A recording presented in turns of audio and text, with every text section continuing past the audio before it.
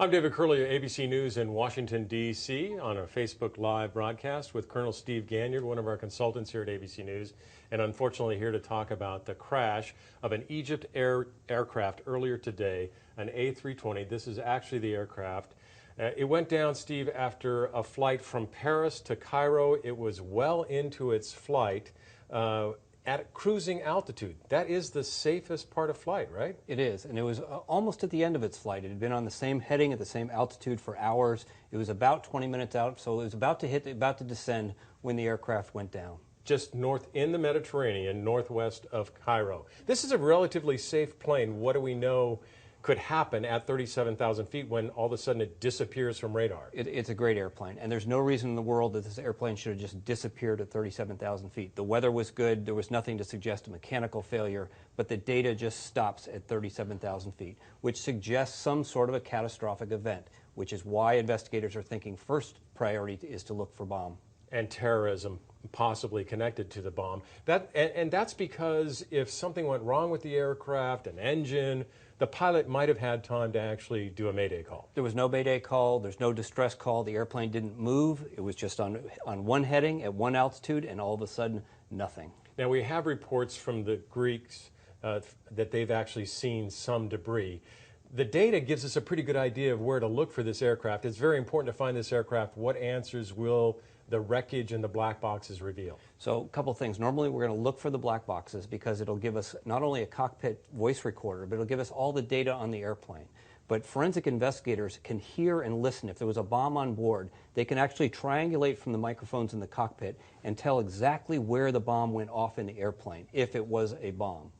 And if it wasn't a bomb, a structural failure, even the Egyptian official today who spoke, the civil aviation minister, who didn't want to say even that the aircraft was lost, he was calling it missing, but then at the end of the news conference basically said, well, it's more likely terror than technical because these aircraft are so safe. They are so safe, and they're strong. There's no reason an airplane should drop out of the sky, which is one reason why we need to get to the wreckage, which is at the bottom of the Mediterranean right now. That wreckage will be able to tell us what kind of bending, what kind of twisting movements. Was it due to an explosion? Was it some sort of a metal fatigue? But that's why it's not only the black box, but the wreckage itself that's going to be key. So both the black boxes will be important, the cockpit voice recorder, the flight data recorder, and the actual structure of the fuselage.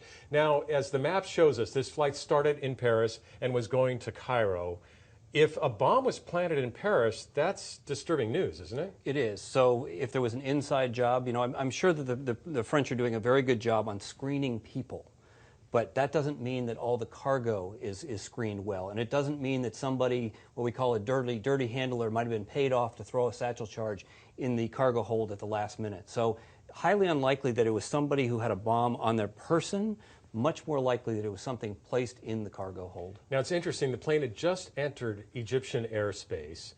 If somebody had planned it and wanted to, in essence, make an attack against Egypt, that starts to add up to having a bomb go off as you enter the airspace. It does. So if we think back, what was the last major mishap in this region? And it was the Russian airliner coming out of Sharm el-Sheikh. So the intent there by ISIL was to cut down on Egyptian terrorism, to scare people away from visiting Egypt because it would cut off a source of funds for the Egyptian government. So we don't know whether it's directed at Egypt, if it's a bomb, or we don't know if it's directed at France. We know that both countries have had a problem with terrorism in the recent past, and so they're going to have to look at both countries and look at intent. You mentioned the cargo hold. This aircraft in the 2 prior days went to Eritrea, I believe, and to Tunisia. Yes.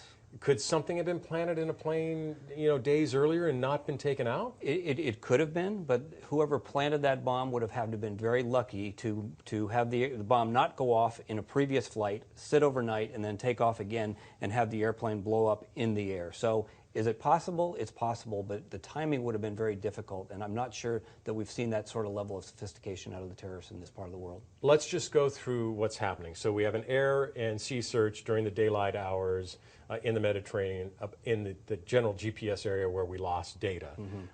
Then what? Sonars to listen for the pingers? Yes. So hopefully the pingers will be there.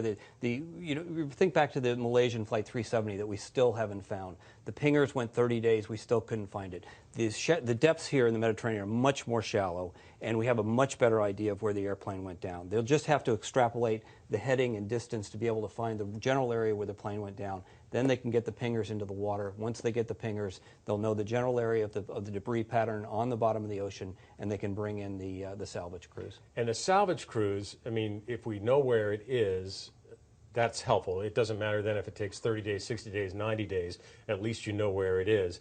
But this is not going to be pulling this wreckage up in the next couple of weeks. No, it's going to take time.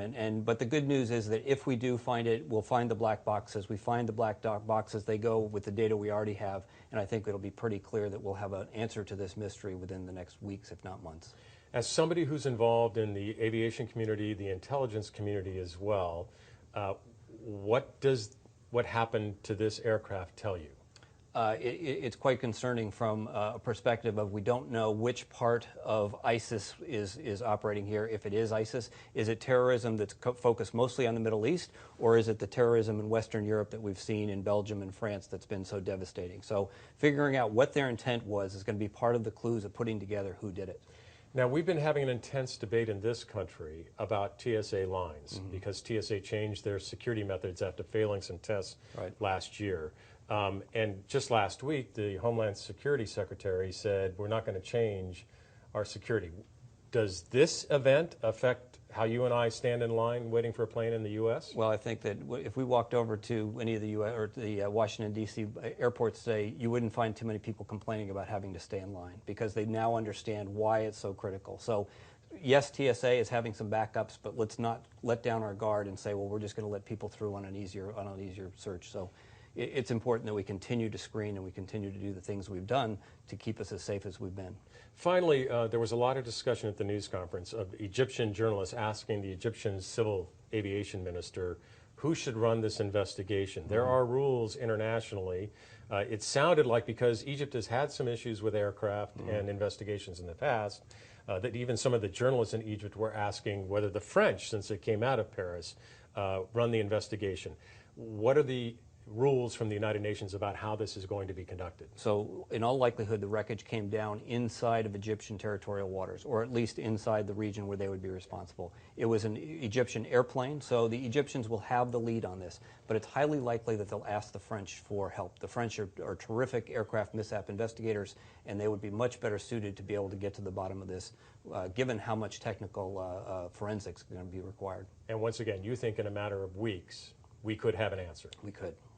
Colonel Steve Ganyard, thank you very much. Thank you. Appreciate it. Always a pleasure to speak with you about aviation and what's going on. I'm David Curley, ABC News in Washington. Thanks for joining us on Facebook Live.